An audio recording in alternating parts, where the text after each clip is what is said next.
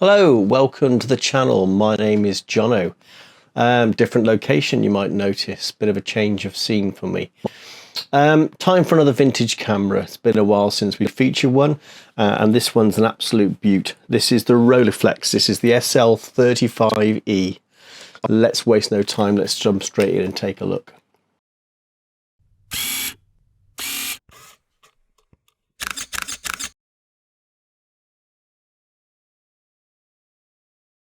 So here we are. This is the Rolleiflex SL35 E.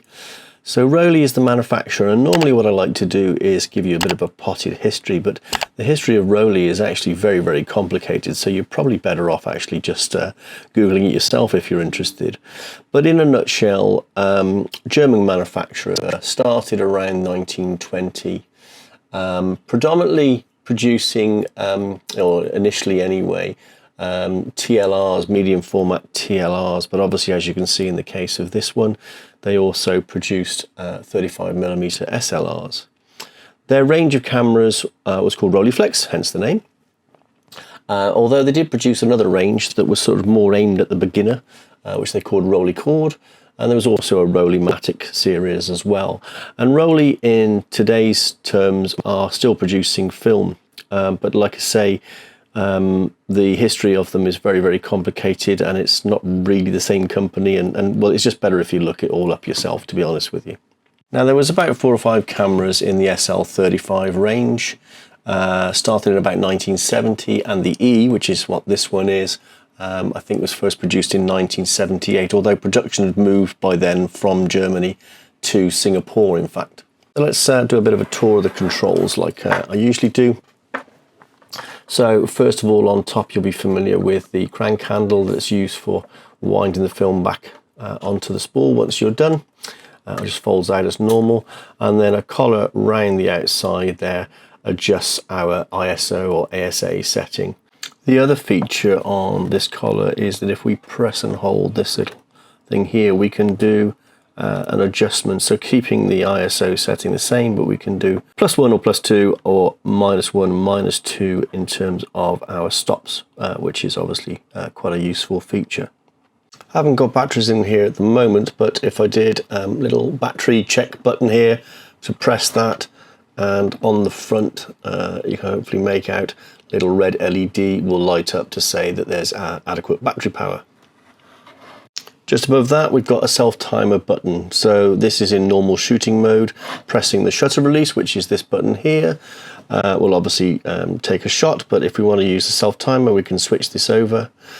Pressing the shutter release then will give us a timer of 10 seconds, I think it is.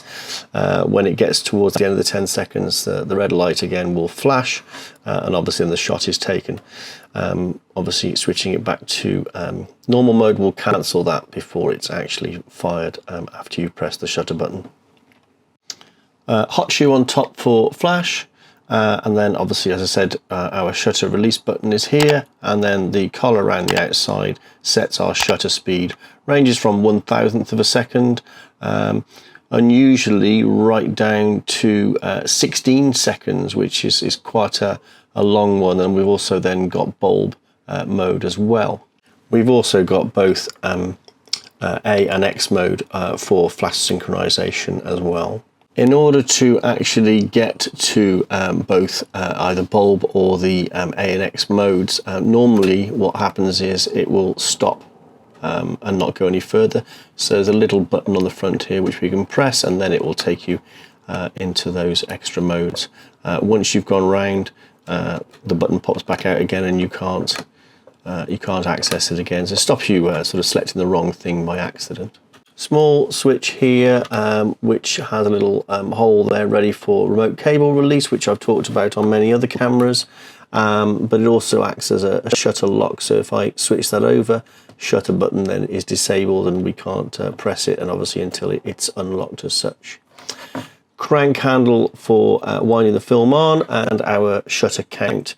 No film in here at the moment, so it's just on S, but obviously once you wind on, it starts counting on the frame numbers. Although we've not got a battery in the moment, we can sort of demonstrate the winding on procedure and obviously firing flash as well. It's set on a long exposure at the moment, and that just tucks away again when you're not using it. On the back of the camera then, we've got a little slot to put some film details in from the box of the film. This has been a feature of some other cameras as well. It's not unique to Rollei. This little lever here though is a little bit unusual. So when you've reached the end of your film, obviously you've taken all the shots you want, you need to release it before you can use this crank to actually release it from the sprockets to allow this crank to wind it back into the cassette. And that's normally done by way of a button on the bottom, whereas here we move this switch to rewind mode. That releases the sprockets, and then we can use the crank to wind it back. Obviously it's normally in the center position in order to actually shoot the camera, but we've got another option here of M for multi-exposure mode. Probably the easiest thing to do is open up the back to show you how that works. So to open up the back, we do what we do with a lot of cameras, is we lift this lever here, lift it all the way up, and it will pop the back open. So we can see inside, we can see obviously where the film goes, where it's wound onto, and we've got the shutter window here. So to take a multiple exposure, what we would normally do, first of all, we take the shot in the normal way. So we wind the film on. That primes the shutter, and obviously it's wound it onto the right frame. We would take a shot. Okay, and you may better see that the shutter fired there. If I wanted to now take another shot on that same frame, we'd switch this to M.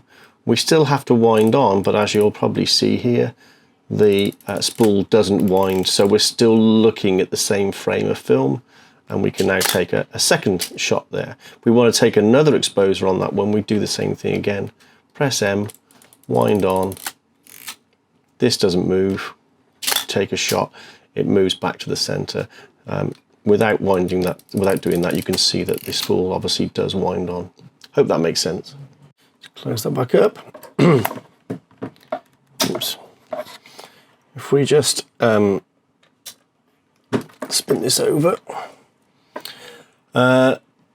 cover that covers up a motor drive. So an optional extra for this camera is to screw into the tripod mount a motor drive. So rather than a manual wind on after you take a shot, that it will be automatically driven. But obviously while that's not in use, this just covers up the socket for it. Cover for battery, like I say, unfortunately I've not got any in there at the moment. Battery ran out, and although I've ordered more, it hasn't arrived. And these are contacts for the motor drive, so when it's fitted, it makes a contact there to obviously communicate properly with the camera. Then obviously we can remove our lens. There is a button here which if we press, the lens can be removed. So this mount is different than what I've shown you before. So this is often known as QBM, or quick bayonet mount. So it was Rolleiflex, Rollei's own version of the mount.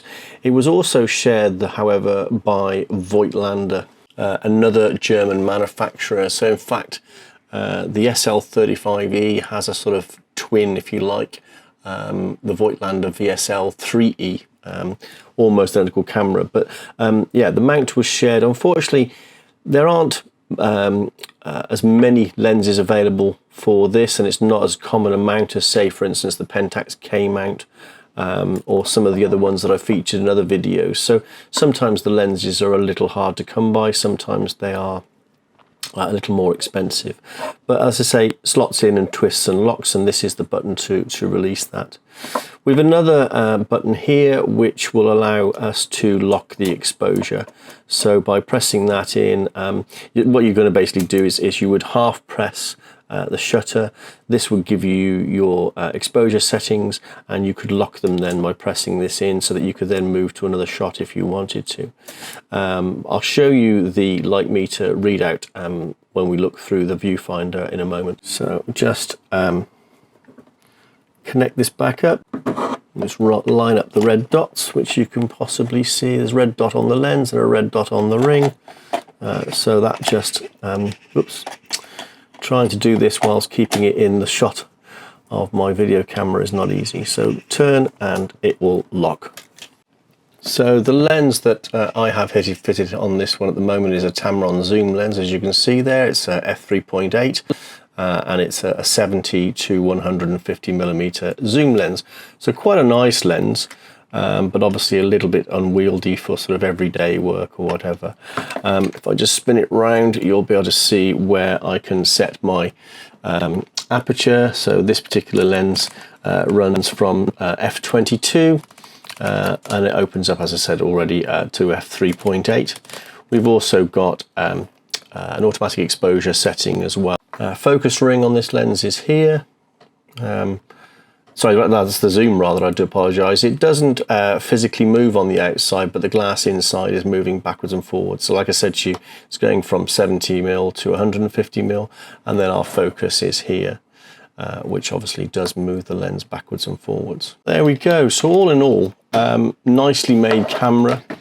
I think the quality of the build of the Rollei cameras is particularly good, or at least in the Rolleiflex range anyway. Like I say, Rolleicord, Rolleimatic, perhaps less so. But it's a good, solid camera. Works very well. As I say, this is in perfect working order, apart from the fact I don't have batteries in it at the moment. And generally speaking, the ones I've seen online follow suit. You do see the odd one that's for spares and repairs only.